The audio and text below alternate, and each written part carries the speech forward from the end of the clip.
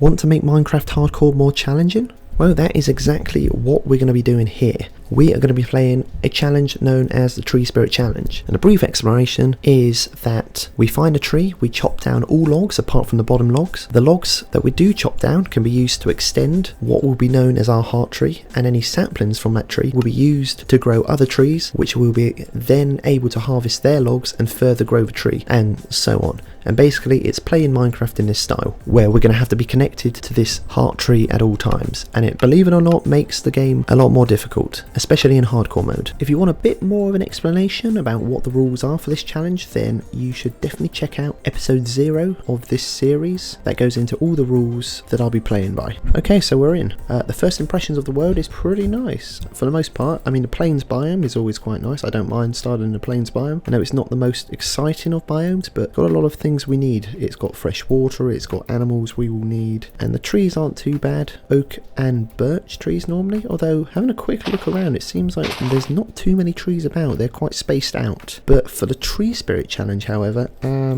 I'd rather not go with oak or birch trees. Oak trees because they're pretty awkward to chop down. Most of them aren't, but the giant variety or the tall variety are, because you have to climb up them. You always leave some in the leaves. It's annoying. And it's still early in the day, so we're going to go off exploring and see what we can find, because for all we know, over the mountain there might be something better. I'd like to pick a tree to settle with within the first day, so we're not going to drag it out. We're not going to keep going and going until we find the absolute perfect tree, but I don't want to settle on any of the trees within this area. And something to keep in mind is that I can't pick up any of the resources I find until I've settled on a tree. So if I break some of the grass and find wheat seeds, I can't have it. I can't kill animals on the way. I can't pick up dirt blocks or chop down wood. None of that stuff. The challenge doesn't officially start until I've got my first tree. Alright, so I've settled on a tree that I like the look of, and now we have our own heart log. As you can see, the saplings are still decomposing besides me, and yet I've already gotten a few. It's the spruce variety, and if you watched episode 0, you might remember that I advised people to get either spruce saplings or jungle saplings. Or I don't know if I advised them, I just said those are the trees I prefer to play with, mostly because of the massive variety. I've done this challenge a number of times, not particularly got far with it, and usually it comes down to the wood chopping stages. When you have to chop tons and tons of trees down, having the right variety really makes a difference. The spruce and jungle trees, they have the massive variety, which means gathering wood is quick and pretty easy. If I had to choose between the two, I would go with spruce saplings over jungle saplings. I'm going to show on screen now, this is from the Minecraft wiki, but jungle saplings have like a 2.5% drop chance compared to the 5% drop chance of other trees. So basically spruce saplings have twice the drop rate of jungle saplings. So now I'm pretty glad I didn't settle on one of those first trees I found within the plains biome. That's the thing with this challenge. Sometimes just looking a bit further afield, you can find something that's actually a much better starting position, and it's going to help you throughout the series. And it can be something as simple as the choice of tree. For me, I was hoping to get spruce trees. I wasn't sure if I was going to be able to, but we do seem to have got near mountains where there are a few spruce trees. Also, I like the area. There is water nearby. It's also pretty spaced out, which is a big thing. Like, if these spruce trees were within dense forest, that wouldn't be as appealing as they are here on the mountainside spaced out. Reason being, because when night falls and mobs spawn, which they will spawn, they're less likely to despawn or burn up during the daylight hours, because they're going to be under the protection of the trees. And if they're under the protection of the trees, they are going to be a problem. Specifically skeletons and creepers. Skeletons because you're limited to where you can walk to because of your heart tree, depending where your heart tree logs extend out to, and creepers because they do so much damage. But skeletons are annoying because they can shoot you from afar, and depending on the circumstance, you just might not be able to get to them, and that's game over right there. Also, it's not too far away from the plains biome where we did see sheep, and having sheep nearby is a massive win. Acquiring a bed as early as possible is a massive plus. It saves so much hassle when you're doing this challenge, at least in the early stages. As you progress through and you don't need to sleep at night, not so much, but in these very early stages when the night time is a dangerous place, you want a way to be able to skip it, and that's what the bed does. So it's a combination of all the factors I've said that has decided to lead me to starting with this spruce tree. You might think we're in a different location entirely, but we're actually just a few blocks down down from the heart log. I'll get to why in a bit, but first here's a recap of what has happened between the previous scene and this scene. So after I finished talking to you guys, I chopped down a nearby spruce tree. Of course I can't use the logs or saplings to expand our heart tree, so I made sure to separate them within my inventory from my actual heart tree logs. The saplings I received I just threw out. At the moment we have so few heart tree logs that they're just too valuable to use for anything other than expanding the heart tree. As time goes by and we gather more logs, they are going to become more expendable, but at the moment they're too valuable to us. So it's going to be having these logs from another tree is going to allow me to create planks for a crafting table, which of course with the crafting table I can use to make a wooden pickaxe. Of course using the wood from those logs we chopped down from the other tree, and then using a wooden pickaxe I was able to mine the cobblestone underground. Of course we extended the heart tree downwards with our heart tree logs in order to reach the cobblestone, but I was able to use that cobblestone to create a furnace, which is a big priority for me at the moment because it's starting to get later on in the day and the night is going to come out. Now I'd only converted like a couple of the logs into planks and sticks to achieve this, so I did have a few left and I was able to put them into the furnace and get a piece of charcoal out, which then I was able to use the charcoal to turn into a torch, and then I was able to go back up top, quickly put a torch on the area just above, try and prevent mobs spawning. It's only the single torch, they shouldn't spawn anyway right on top of our heart log because we're just underneath it. And I took the remaining torches underground with me where I lit up the area so I could see. By this point it's night time, so that's no longer going up above ground, it's just too dangerous and we're going to have to wait until night passes. Fortunately on the first night I do have things to keep me busy, such as mining the cobblestone and dirt from within the underground area we've carved out for ourselves. That way we can gather materials. I mean, the cobblestone is very valuable to us because we're going to have to use a lot of stone tools. I can't foresee us getting iron for a while yet, unless if I go caving, but caving's such a dangerous experience in this challenge. And I've come underground to acquire shelter because, as I've said, if you haven't picked it up, I am pretty scared of the night time, and having a way to not be within the line of sight of mobs and being free from harm from them is very important. I mean, if you've set up in the forest, you might be able to chop down some of the surrounding trees, create for yourself a shelter like just over your head, something small. Personally I prefer to dig down, but personal preference, you can do whatever you want. The key is to get in the shelter, and this is where a lot of people go wrong in the Tree Spirit hardcore mode, because first night or the first few nights can be the most dangerous parts of this challenge just because of how vulnerable you are and how little distance you can actually travel to get away from mobs. You're stuck where your tree is, and if a creeper comes by and blows up, you can say goodbye to your heart tree or your heart log, and that means goodbye to the challenge. So after that we've come to where we are now, and it was just a couple of minutes of waiting by this point until daytime.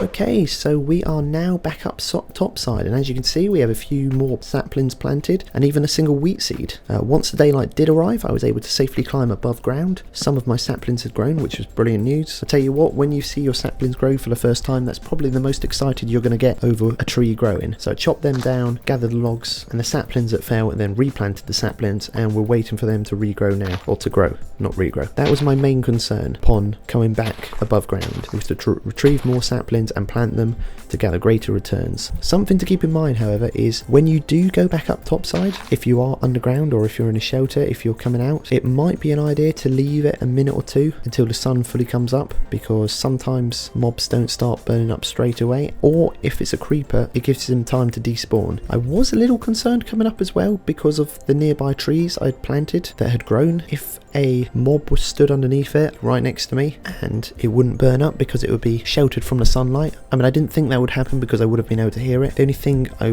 wouldn't have been able to hear was a creeper, although I would have been able to hear the footsteps, so that would have had me worried or suspicious. So I wasn't too concerned, but that is something to keep in mind if you plan a lot of trees. So going forward, placing a few torches just around your area is always a good thing to do. I mean, as you get more and more saplings and as you get more heart tree logs, you are going to extend out, you are going to plant more trees, and the likelihood that mobs spawn nearby some of these trees, especially during the night time, is going to become greater, you know, as your heart tree extends and as your planted saplings get further and further away from you. And if that happens and you go back up to the surface and they are underneath a tree, I mean, zombies you could probably take care of, but like I said, skeletons are lethal at this stage in the game.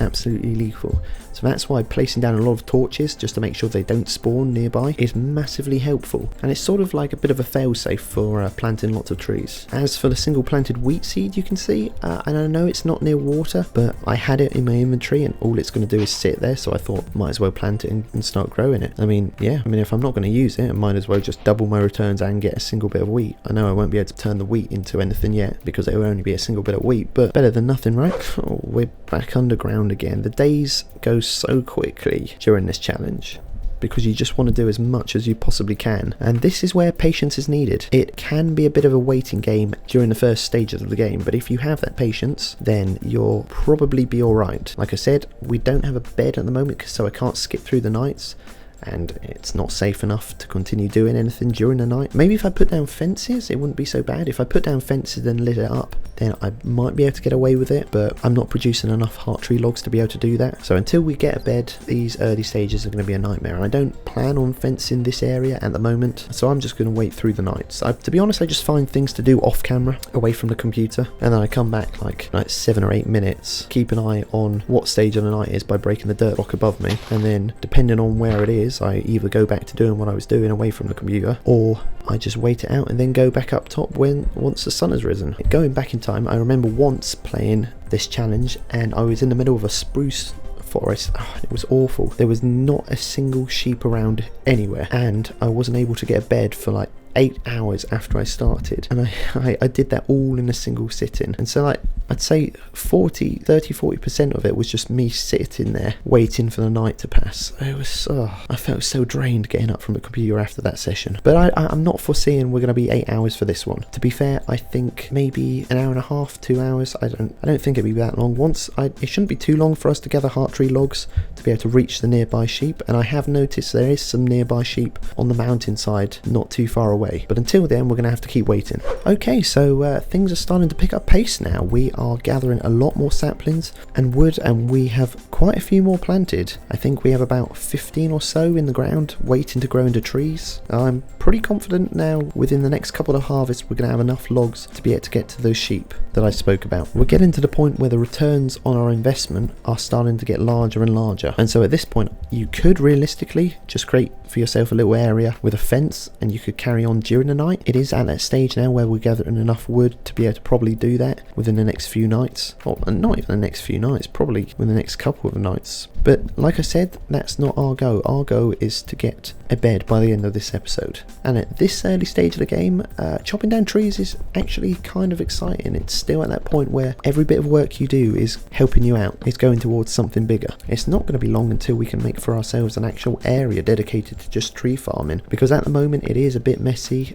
Saplings are all over the place and my heart tree doesn't really have any purpose. It's just sort of going off randomly in different directions. That's something we're going to have to clear up in the future. And what I'm showing you now, going off on a bit of a tangent, but it will come into play soon, is these red flowers nearby I've converted into 3 red dye. Some of you may have already guessed their purpose, but for those who haven't, I'm going to explain shortly. Oh, look at this behemoth of a tree behind me. I had enough saplings to spare to grow one of the larger variety of spruce trees, and that's what I did. We seem to have got one of the leaf heavy versions of the spruce trees, so we should get quite a few saplings from this. Usually they have more logs than this one will, but this should still have a good decent amount of logs. And like I said, for the saplings we're going to be getting a return on our investment for sure. And seeing as I planted this directly next to our heart tree, the bottom logs of this tree are actually still connected to the heart tree, and seeing as all these logs are actually technically heart tree logs, we can do this spiraling upwards mining pattern, and it doesn't count as straying too far away from our tree because we're actually still connected to it. Well, it depends on the person whether or not you count diagonally placed blocks as being connected to one another. As I said in episode 0, I do.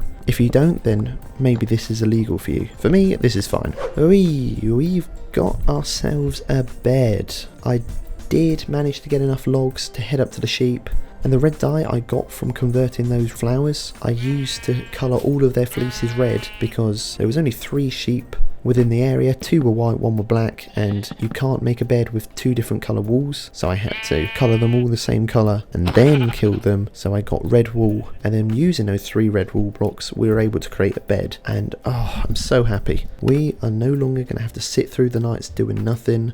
waiting for daylight to come about. It's such a big step, even though it's such a simple thing, but it really does make a difference in this challenge. The nighttime is a massive drag when you can't skip it. When you can't skip it and you want to skip it. And to be fair, we got that bed relatively quickly, but that's because we chose our tree near to animals within the area. If you set up in an area where there's no sheep, you're going to have a much harder time of getting a bed. I mean, there are still ways to do it. You either go off and search for them, but you're going to have to go a further distance too, and so that's going to take more time gathering the amount of logs needed to go out to reach them. Or you're going to have to get creative and find other ways to make wool, for string, via string, for example. But yeah, I'm really pleased with what we've done this episode. It doesn't look like much, but for a first episode, getting a tree, surviving the first few nights, and now getting a bed so we can skip future nights, that is a massive win. And I think actually this bed is probably our most valuable item, or probably the most valuable thing to us other than our heart log. I'm trying to think of anything else that would be of no, I think it is. I think it is probably our most valuable thing to us, second to the heart log.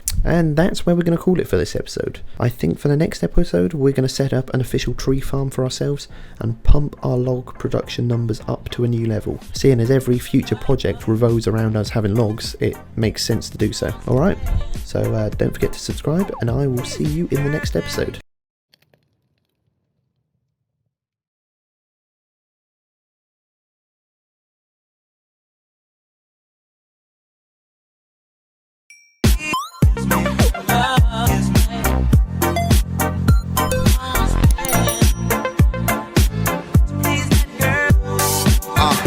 Lord, let me get my cash right. I'm trying to fly, still tired from last night. Putting that work in to all of my earthlings. When them haters acting up, gotta give them that act right. Back up on the scene with some flame shit. Different cause